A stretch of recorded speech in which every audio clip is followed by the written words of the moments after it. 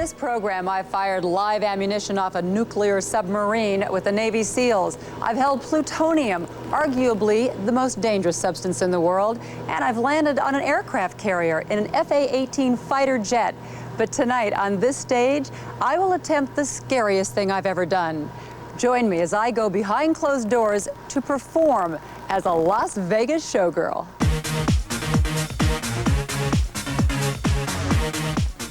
Las Vegas, a town defined by high-stakes gambling and the classic Las Vegas stage show. This is Bally's Jubilee, the largest and longest-running stage spectacular in Las Vegas. This is what you're used to seeing, but what you don't see is what happens behind the curtains. The stage is over a half a football field wide and over 10 stories high. It's dominated by 3-story hydraulic elevators loaded with various sets.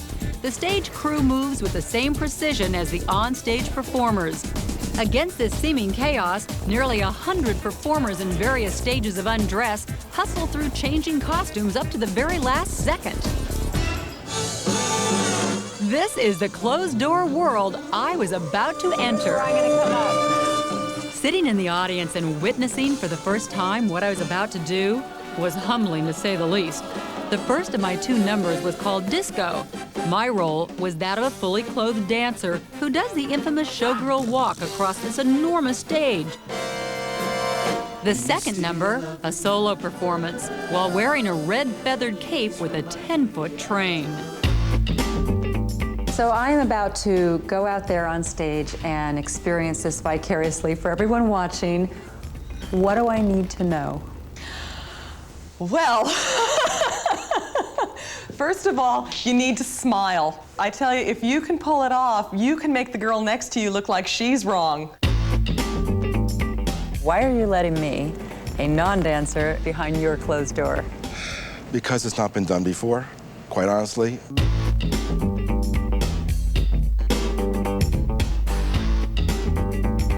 This is backstage, not quite as glamorous. To be hired, a showgirl must pass a mandatory drug test, sign a 6-month contract, be at least 18 years of age, and meet the minimum height requirement of 5 feet 8 inches. Starting salary is $600 a week. And then each night, you have to clock in and clock out. Thanks. Diane Palm and dance instructor Barbara Brandt met me behind closed doors in the vast Jubilee Theater.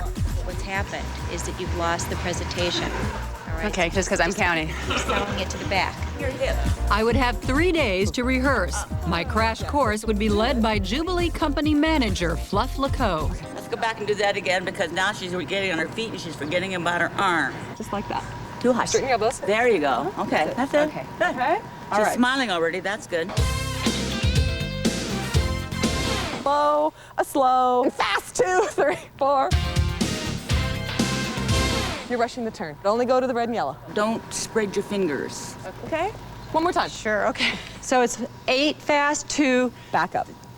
Right. 1, 2, 3, 4, Slow, slow, 1, 2, 3, 4. Where were we? Okay. God, And just look at her wrists, with your- hands, just fingers, look, laugh at chest, him, you know, just chin. I got it, okay. Okay? Except my arms are so tired. Wait till you get the jewelry on it. The what? jewelry is about 15 pounds on your arms.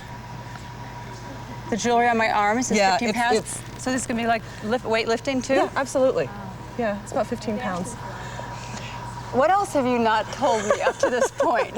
walking as a showgirl. Joan. For over 40 years, Fluff has been a principal dancer and choreographer. Today, she's responsible for hiring and firing the entire cast. Some perform covered, some topless.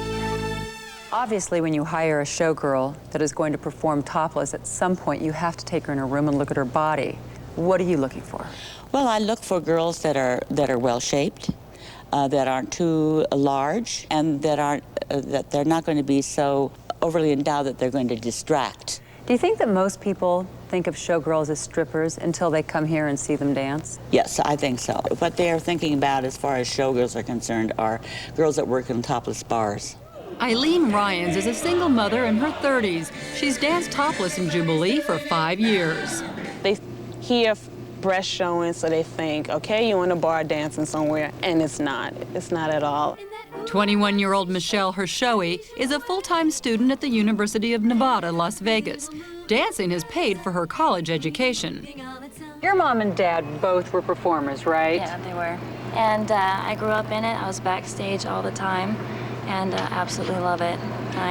Now, they've been obviously to see this. They must be very proud that you followed in the footsteps. They cry every time they come here. Really? Mm-hmm. Now, you dance topless, right? Yes. So, but they're crying for joy, not because you're dancing topless. No, they agree with it. They have no problem. I think, you know, Dad might have been a little, you know, that's my daughter up there, but, you know, they've been around it all their life. 36-year-old Anthony Brown is married to a former Jubilee dancer and is the father of 2.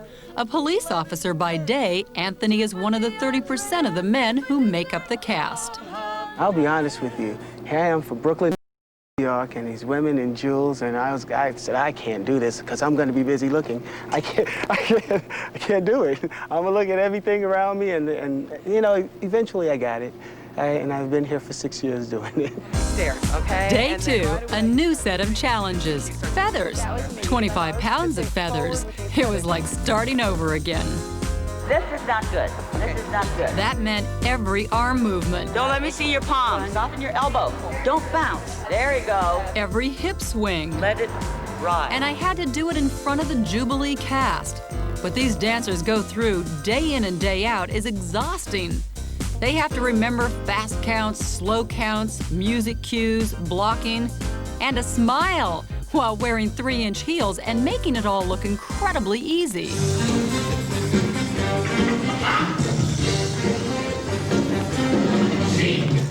She's bending and then straightening. Oh, keep it straight.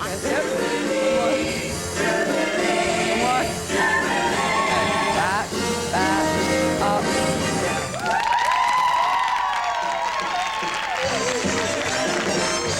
You did really well. Really well. Yeah. Very good. Like I said, it's amazing. The difference between yesterday and today, you must have been Up doing... until 12:30? You must have been doing a lot of work on this.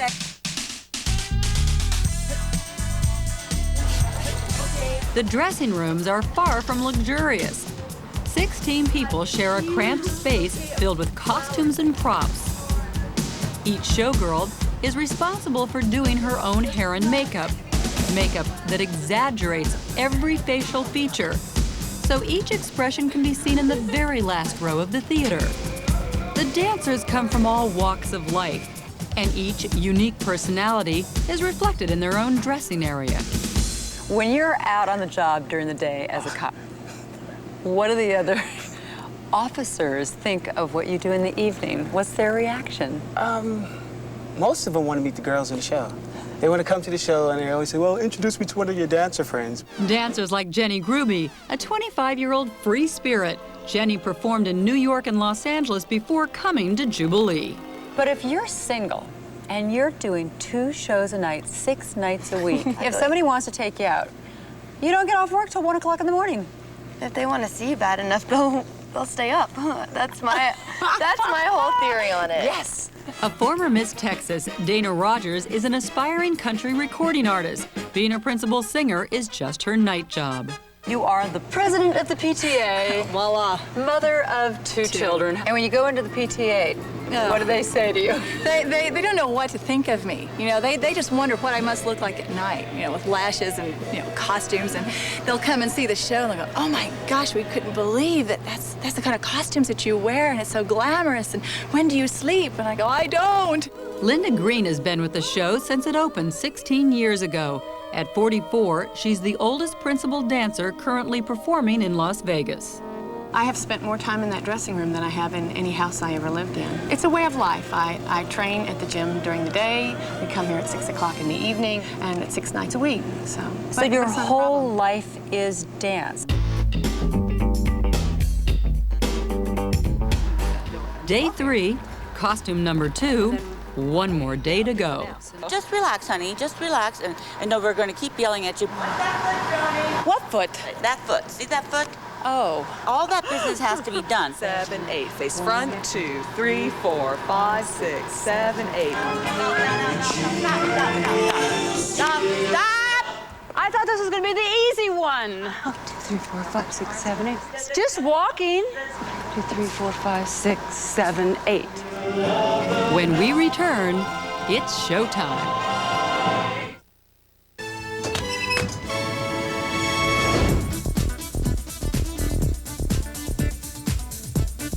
Finally, it was showtime. I signed in by Fluff's office and joined the other dancers behind closed doors. Warm-up time. Let's go. Your turn is Lunden. No. Lean, shoulder. Lean, shoulder.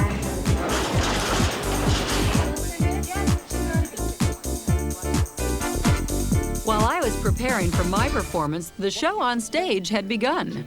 All right, I'm ready to get dressed, I think. It was time, and Fluff's words echoed in my mind. You can do it. You have the freedom to do what you feel. Just calm everything down. You can do it. 1 minute. Thank you, Fluff. Thank you, everyone.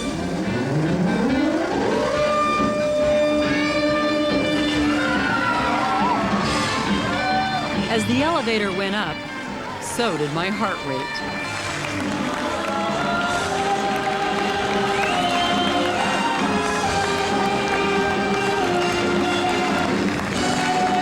But when I felt the energy from the audience, my nervousness turned into exhilaration.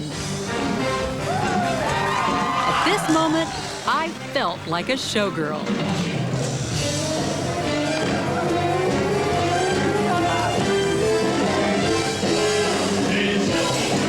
Being in the middle of an extravaganza like this made everything seem larger than life. The music seemed louder, the stage seemed wider, the other girls' legs seemed longer, and there were feathers everywhere.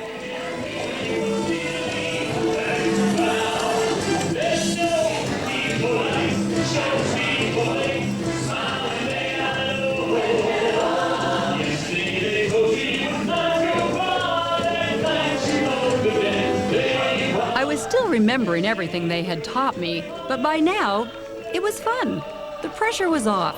Even the 25 pounds of feathers seemed lighter, and I was having a good time.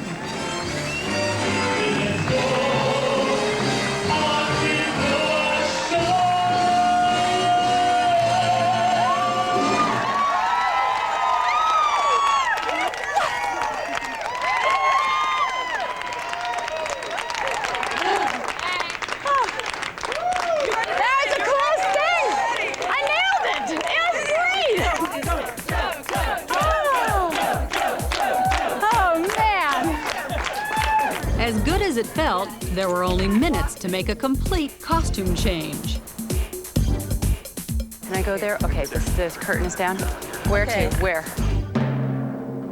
It takes a lot for a person to be able to stand still and let an audience just look at you.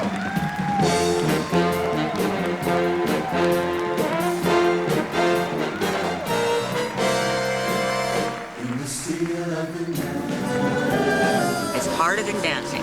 You don't move a lot, but your intensity and your focus has to be so strong that that audience is just drawn in on you and you alone.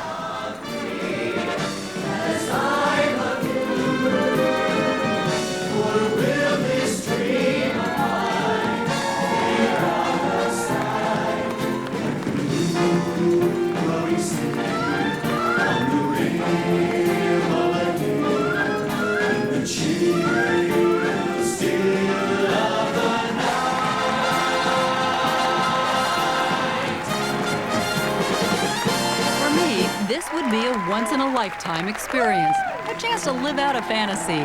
It was also an opportunity to introduce you to the people behind the costumes.